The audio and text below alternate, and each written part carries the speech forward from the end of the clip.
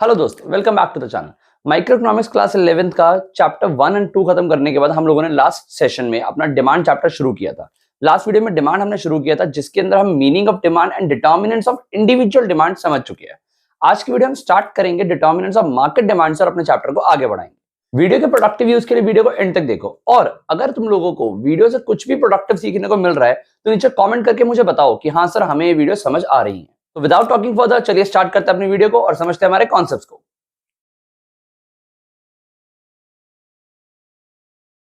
हाँ बच्चों, अगर हम डिटर्मिनेंट्स ऑफ मार्केट डिमांड की बात करें तो देखो, मार्केट डिमांड का मतलब क्या था, यानी कि सारे कंज्यूमर्स के थ्रू की हुई डिमांड इन दी मार्केट। यानी हमारी मार्केट में जो सब कंज्यूमर मिलकर डिमांड कर रहे हैं उसको हम मार्केट डिमांड बोलेंगे। हमने लास्ट वीडियो में अच्छे से समझा था। यहां पर कह रहे हैं कि मार्केट डिमांड कौन कौन से फैक्टर से इन्फ्लुएंस होती है, वो उसके डिटर्मिनेंट्स होंगे, यानी किन किन फैक्टर से मार्केट डिमांड डिटरमाइन होती है।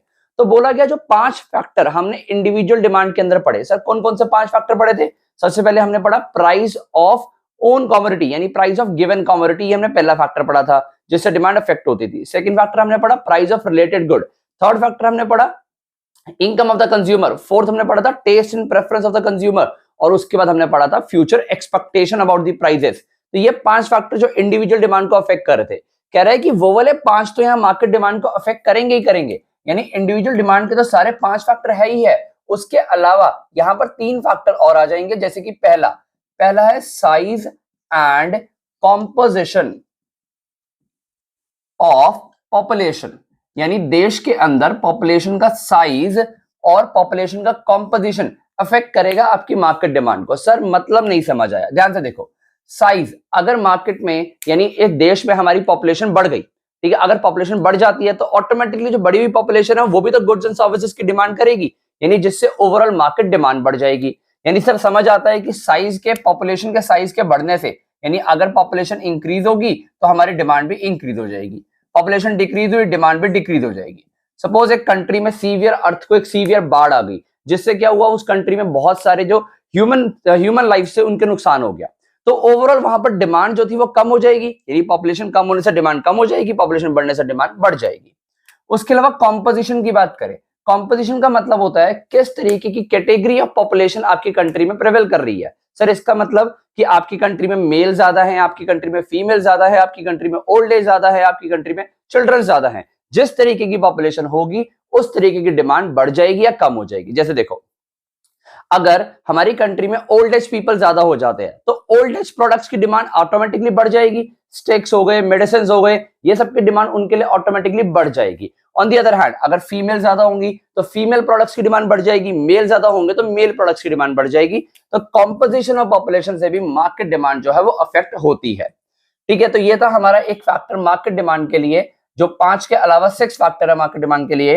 यानी ये 6 फैक्टर लिखना बेटर होगा जो हमारी मार्केट डिमांड को अफेक्ट करता है। सर नेक्स्ट फैक्टर क्या हो सकता है? नेक्स्ट फैक्टर है सीजन एंड वेदर। यानी सीजन एंड वेदर की वजह से भी मेरी मार्केट डिमांड अफेक्ट होती है। सर कैसे? देखो भाई, अगर विंटर सीजन आ गया, अम्ब्रेलास की डिमांड ऑटोमेटिकली बढ़ जाएगी। देखो प्राइस कोई भी हो और उसकी डिमांड बढ़ जाएगी, क्योंकि उस सीजन में हमें उस प्रोडक्ट की जरूरत है। सिमिलरली विंटर्स आ जाएंगे, वुलन्स की डिमांड बढ़ जाएगी। यानी सीजन एंड वेदर की वजह से मार्केट डिमांड, मार्केट के अंदर ओवरऑल मार्केट के अंदर डिमांड बढ़ जाएगी या कम हो जाएगी। विंटर्स चले जाएंगे, वुलन की डिमांड ओवरऑल मार्केट में कम हो जाएगी। विंटर्स आ जाएंगे, वुलन्स की डिमांड ओवरऑल मार्केट में बढ़ जाएगी। ये हमारे पास 7th फैक्टर था। 8th फैक्टर, जो लास्ट फैक्टर भी होगा हमारा, वो है डिस्ट्रीब्यूशन ऑफ इनकम। यानी एक कंट्री के अंदर इनकम कैसे डिस्ट्रीब्यूट हुई है। जैसे कि देखो, अगर हमारी कंट्री के अंदर इक्वल डिस्ट्रीब्यूशन ऑफ इनकम है, यानी सब लोग अमीर हैं, सबकी जो इनकम है वो सेम होती है, तो सर अगर सबकी इनकम सेम होती है तो each and every person can demand the products. यानी हर बंदा डिमांड कर सकता है। तो इन दैट केस, यानी अगर इक्वल डिस्ट्रीब्यूशन है, इक्वल डिस्ट्रीब्यूशन ऑफ इनकम है, तो हमारे जो प्रोडक्ट्स की डिमांड है वो ज्यादा रहेगी। क्यों? क्योंकि सब लोग डिमांड कर सकते हैं। सर ऐसे थोड़ा ना होगा, कोई महंगे प्रोडक्ट्स होंगे। एक बात बताओ, जब एक कंट्री के अंदर सब लोगों की जो इनकम है अगर वो सेम है, तो कोई भी प्रोड्यूसर ऐसे प्रोडक्ट्स क्यों बनाएगा कि जो हमारी पॉपुलेशन अफोर्ड ना कर पाए। यानी ऑटोमेटिकली हम वैसे ही प्रोडक्ट बनाना चाहेंगे जिसको हमारी पॉपुलेशन अफोर्ड कर पाए, और सब लोग अफोर्ड कर लेंगे क्योंकि सबकी इनकम इक्वल है।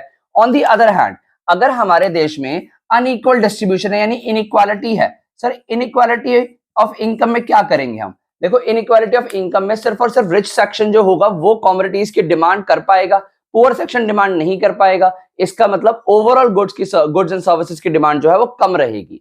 तो देखो, अगर इक्वल डिस्ट्रीब्यूशन होगा डिमांड हाई होगी, अगर अनइक्वल डिस्ट्रीब्यूशन होगा या फिर इनइक्वालिटीज ऑफ इनकम होगी तो डिमांड हमारी लो रहेगी। ये थे हमारे पास determinants of market demand. I hope so आपको इंडिविजुअल डिमांड, मार्केट डिमांड के डिटर्मिनेंट समझ आए हैं। बहुत ही इंपॉर्टेंट टॉपिक है, आगे जाके कई बार ये टॉपिक दोबारा यूज होगा। ठीक है, हमारा नेक्स्ट टॉपिक क्या है सर? नेक्स्ट टॉपिक है हमारा डिमांड फंक्शन। चलिए करते हैं डिमांड फंक्शन और इस चैप्टर को आगे बढ़ाते हैं।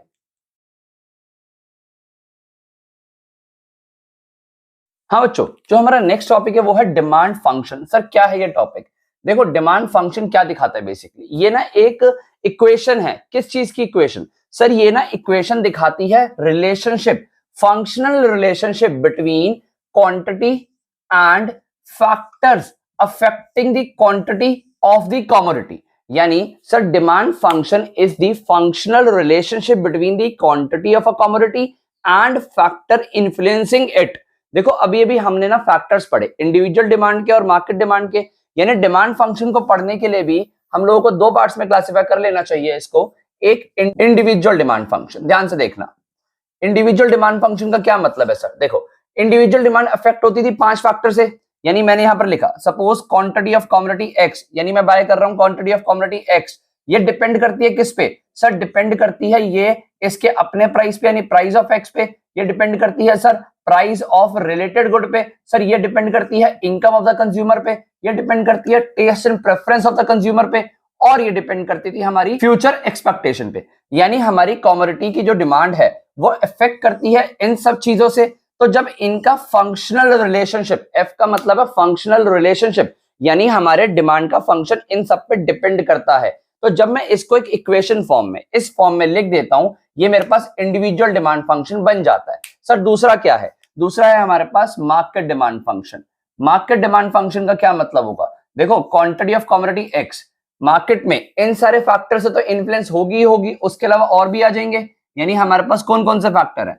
प्राइस ऑफ एक्स है, प्राइस ऑफ रिलेटेड गुड भी है, ठीक है। उसके बाद हमारे पास इनकम ऑफ द कंज्यूमर है, टेस्ट एंड प्रेफरेंस है, फ्यूचर एक्सपेक्टेशंस है। उसके अलावा हमने मार्केट डिमांड में पढ़ा था पॉपुलेशन, पीओ से दिखाया उसको। उसके अलावा हमने पढ़ा सीजन एंड वेदर, फिर हमने पढ़ा डिस्ट्रीब्यूशन ऑफ इनकम। यानी मार्केट डिमांड इन सारे फैक्टर से इन्फ्लुएंस होती है। तो जब मैं डिमांड और इन सब का फंक्शनल रिलेशनशिप, एफ का मतलब फंक्शनल रिलेशनशिप दिखाऊंगा तो वो मार्केट डिमांड फंक्शन बन जाएगा। पेपर में 1 to 2 मार्क का क्वेश्चन आता है, आपको यही इक्वेशन लिख के आनी होती है। उसमें ये दिखा रहा है कि हमारी डिमांड जो है वो इतने इतने फैक्टर पे डिपेंड करती है, इन फैक्टर की वजह से मार्केट में डिमांड डिटरमाइन होती है। So functional relationship between demand of a particular commodity and the factors influencing it, यानी जो फैक्टर्स डिमांड को इन्फ्लुएंस कर रही है, हम डिमांड और उसके फैक्टर्स के बीच में फंक्शनल रिलेशनशिप शो करते हैं थ्रू द डिमांड फंक्शन। तो आई होप से ये छोटा सा टॉपिक आपको समझ आया है। चलिए मूव करते हैं हमारे नेक्स्ट टॉपिक पे, जहां से ये रियल चैप्टर स्टार्ट हो जाता है। हाँ बच्चों, जो हमारा नेक्स्ट टॉपिक है वो है डिमांड शेड्यूल। सर ये ना सबसे इंपॉर्टेंट टॉपिक्स में से एक है। ज्यादा मुश्किल या ज्यादा बड़ा नहीं है, पर इंपॉर्टेंट है। क्यों इंपॉर्टेंट है सर? क्योंकि इसके बेस पे चैप्टर की प्रैक्टिकल फाउंडेशन क्रिएट होती है। यानी यहां से अब हम चैप्टर को प्रैक्टिकली समझना शुरू करेंगे। ध्यान से देखो, डिमांड शेड्यूल का क्या मतलब है? डिमांड शेड्यूल का मतलब एक शेड्यूल, एक टैबुलर स्टेटमेंट जो शो करता है वेरियस प्राइजेस और उन प्राइजेस पे होने वाली डिमांड। यानी आप उन प्राइजेस के ऊपर मार्केट में कितनी क्वांटिटी को डिमांड कर रहे हो, आप कितनी क्वांटिटी खरीद रहे हो, ये दिखाते हैं डिमांड शेड्यूल की तरह। यानी एक कॉलम हम बनाएंगे प्राइस का, एक बनाएंगे क्वांटिटी डिमांडेड का, यानी डिमांड का। आपका प्राइस मार्केट में जब 5 था, 4 हुआ, 3 हुआ, 2 हुआ, 1 हुआ, यानी ये आपके मार्केट के प्राइजेस गिवन है, वेरियस प्राइजेस। जब 5 रुपए प्राइस था, आप 1 यूनिट बाय कर रहे थे। 4 रुपए प्राइस हुआ, 2, 3, 4, 5। यानी सर क्या देखने को मिल रहा है कि जैसे जैसे हमारा प्राइस कम हुआ है, हमारी डिमांड बढ़ती गई है। यही तो हम दिखाना चाह रहे हैं कि प्राइस और डिमांड के अंदर इनवर्स रिलेशनशिप होता है। ये देखो जी, प्राइस डिक्रीज हुआ है, डिमांड बढ़ गई है। प्राइस को अगर हम यहां से देखें, जैसे से देखो प्राइस बढ़ता हुआ जा रहा है ऊपर को, डिमांड कम होती हुई जा रही है। तो यानी यहां पर हमें इनवर्स रिलेशनशिप देखने को मिल रहा है। So demand schedule is the tabular statement which shows the various quantities to be purchased on various prices, which also shows the inverse relationship between the price and the quantity demanded. तो ये हमारा demand schedule था। देखो demand schedule तो एक tabular statement हुई। Okay sir, हमने ना डिमांड दो तरीके से पढ़ी है, इंडिविजुअल डिमांड और मार्केट डिमांड। तो सिमिलरली इंडिविजुअल डिमांड शेड्यूल यानी जब हम मान लो मार्केट में सिर्फ एक कंज्यूमर वो है ए, उसकी बात कर रहे हैं, तो ये इंडिविजुअल डिमांड शेड्यूल बना। अगर मैं इस डिमांड शेड्यूल पे मल्टीपल कंज्यूमर डाल दूं, सपोज क्वांटिटी ऑफ ए यानी quantity demanded of B, price में रखता हूं वही 5 4 3 2 1। ए कंज्यूमर की डिमांड तो यही थी, यानी ए जो हमारा कंज्यूमर था वो डिमांड कर रहा था 1 2 3 4 और 5 यूनिट्स। जो हमारे पास बी कंज्यूमर है वो भी कमोडिटीज की डिमांड करता है, सपोज 5 रुपए पे वो 2 यूनिट खरीद रहा था। जैसे जैसे प्राइस क्या हुआ है कम होता गया, उसने भी अपनी डिमांड बढ़ा दी होगी 3 4 5 6। ये रैंडम इमेजिनरी नंबर है समझाने के लिए कि मार्केट डिमांड के अंदर हम सारे कंज्यूमर, मैं मान के चल रहा हूं 2 ही कंज्यूमर है, जब इनकी दोनों की डिमांड को प्लस कर दूंगा यानी quantity demanded of A plus B ले लूंगा तो ये मार्केट डिमांड निकल आएगी। यानी हमारे मार्केट में 5 रुपए के प्राइस पे क्वांटिटी की डिमांड जो आती है 3 यूनिट्स की आती है, 4 रुपए पे 5 यूनिट्स की, यहां पर 7 यूनिट, यहां 9 यूनिट और यहां 11 यूनिट। ये बन गया हमारा जो शेड्यूल है मार्केट डिमांड का शेड्यूल, और ये था इंडिविजुअल डिमांड का शेड्यूल। यानी इंडिविजुअल डिमांड शेड्यूल के अंदर एक कंज्यूमर के थ्रू की हुई डिमांड, मार्केट डिमांड शेड्यूल के अंदर सभी कंज्यूमर्स के थ्रू की हुई डिमांड को हम लेते हैं। तो ठीक है, आई थिंक आपको ये डिमांड शेड्यूल का टॉपिक समझ आया है। टेबुलर स्टेटमेंट होती है जिसके अंदर प्राइजेस और डिमांड को शो करते हैं। सर जब ना आप इस शेड्यूल को ग्राफिकल रिप्रेजेंटेशन दे देते हो, पहले हम इंडिविजुअल को देके दिखाते हैं। ये देखो इंडिविजुअल को, यानी हम इस इंडिविजुअल डिमांड शेड्यूल को एक ग्राफिकल रिप्रेजेंटेशन दे रहे हैं। यहां पर हम क्वांटिटी डिमांडेड ले लेते हैं, यहां हम प्राइस ले लेते हैं। ध्यान से देखिएगा, आज हमारा प्राइस जो था वो हमने 1 से लेके 5 तक लिया था, यानी 1 2 3 4 और 5। यहां पर क्वांटिटी डिमांडेड भी हमारी 5 तक की थी, 1 2 3 4 एंड 5। यानी सर अगर मैं अब इसको ग्राफिकली प्रेजेंट करूं 1 2 3 4 5, यहां भी 1 2 3 4 और 5। हाँ जी, सबसे पहले देखो जब हमारा 5 रुपए प्राइस है, 5 रुपए प्राइस पर डिमांड कितनी हो रही है 1 यूनिट की। सर जब 4 रुपए प्राइस हुआ डिमांड हो गई हमारी 2 यूनिट की। जब 3 रुपए प्राइस हुआ सर डिमांड हो गई हमारी 3 यूनिट की। यहां मैच हो गया। 2 रुपए प्राइस पर डिमांड हो गई थी हमारी 4 यूनिट की, और 1 रुपए प्राइस पर डिमांड हो गई थी 5 यूनिट की। यानी हमारा जो डिमांड कर्व है वो कुछ इस तरीके से डाउनवर्ड स्लोपिंग कर्व बनते हुए दिख रहा है आपको, एक स्ट्रेट लाइन कर्व बनते हुए दिख रहा है। यहां पर हमारा जो डिमांड कर्व है वो एक डाउनवर्ड स्लोपिंग यानी डिमांड कर्व का टॉपिक हमने देखा है। क्या मतलब है sir, it is the graphical representation of demand schedule.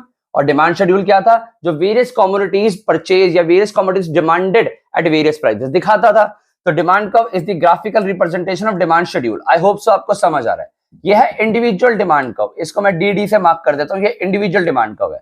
Sir क्या हम मार्केट डिमांड कर्व भी बना सकते हैं? बिल्कुल बना सकते हो। अब मार्केट डिमांड कर्व के अंदर ये वाली क्वांटिटीज को लोगे, प्राइस तो देखो वही रहेगा 1 2 3 4 और 5। यहां अगर आप प्राइस ले रहे हो तो वो तो आपका सेम रहेगा। क्वांटिटी जो है आपको वो इसके अकॉर्डिंग लेनी पड़ेगी, मार्केट डिमांड शेड्यूल के अकॉर्डिंग। यहाँ 11 तक है तो हम 2 का गैप ले लें, 2 4 6 8 10 और 12। यानी देखो जैसे जैसे हमारा प्राइस जो था 5 रुपए पे हमारी जो डिमांड हो रही थी वो 3 यूनिट की हो रही थी, यहां मार्क हो जाएगा। जो 4 रुपए है उस पर जो हमारी डिमांड हो रही है 5 यूनिट्स की हो रही है, यानी 5 यहां पर कहीं मार्क हो जाएगा 4 रुपए पे। ठीक है, ऐसे ही 3 रुपए पे जो हमारी डिमांड हो रही है वो 7 यूनिट्स की हो रही है, यानी 3 पे 7, इससे थोड़ा सा आगे यहाँ पर आ जाएगा। ठीक है, उसके बाद अगर हम बात करें हमारी 2 रुपए पे डिमांड हो रही है 9 यूनिट्स की, यानी 9 यहाँ पर इसके बीच में आ जाएगा 2 रुपए पे। और 1 रुपए प्राइस पे हमारी डिमांड हो रही थी 11 यूनिट्स की, यानी यहाँ इसके बीच में आ गया। हमने देखा कि मार्केट डिमांड कर्व भी एक डाउनवर्ड स्लोपिंग कर्व है, बट अगर आप दोनों कर्व में ना डिफरेंस देखोगे ना तो ये वाला जो कर्व है ना ये ज्यादा फ्लैटर बनता है। सर ऐसा क्यों? क्योंकि देखो इसके अंदर ना प्रपोर्शन डिमांड का ज्यादा है, यानी डिमांड का प्रपोर्शन ज्यादा है इसलिए कर्व फ्लैटर बनता है। इसमें डिमांड का प्रपोर्शन कम है। देखो ना इसमें मार्केट में सबकी डिमांड ली हुई है तो डिमांड ज्यादा रहेगी। देखो उसी प्राइस पे डिमांड ज्यादा हो रही है, यहाँ 5 रुपए के प्राइस पे एक डिमांड थी 1 यूनिट की थी, वहां 3 की हो रही है, तो वहां प्रपोर्शन ऑफ डिमांड ज्यादा है जिसकी वजह से कर्व ज्यादा फ्लैटर बनता है। और हमारा इंडिविजुअल डिमांड कर्व जो होता है वो ज्यादा स्टीपर होता है, वो स्टैंडिंग पोजीशन में यानी स्टीपर कर्व रहेगा, और मार्केट डिमांड कर्व हमारा फ्लैटर कर्व रहेगा। ये हमने पढ़ा है डिमांड कर्व और डिमांड शेड्यूल का टॉपिक, बहुत ही ज्यादा इंपॉर्टेंट टॉपिक है। पूरे चैप्टर की फाउंडेशन क्रिएट होती है इस चैप्टर से। ध्यान से समझिए इस टॉपिक को। तो आई होप सो बच्चों की आपको आज की वीडियो के सारे टॉपिक समझ आए। अभी तक के हमने डिमांड चैप्टर के अंदर डिमांड का मीनिंग देख लिया, डिमांड के डिटर्मिनेंट्स देख लिए, इंडिविजुअल डिमांड के डिटर्मिनेंट्स, मार्केट डिमांड के डिटर्मिनेंट्स दोनों देख लिए। फिर हमने डिमांड फंक्शन देखा, individual demand function, market demand function.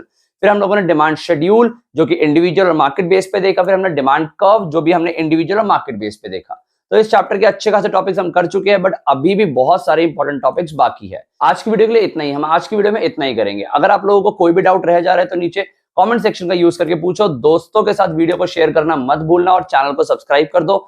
मैं तुम्हें मिलता हूं बहुत ही जल्दी नेक्स्ट वीडियो में। Thank you.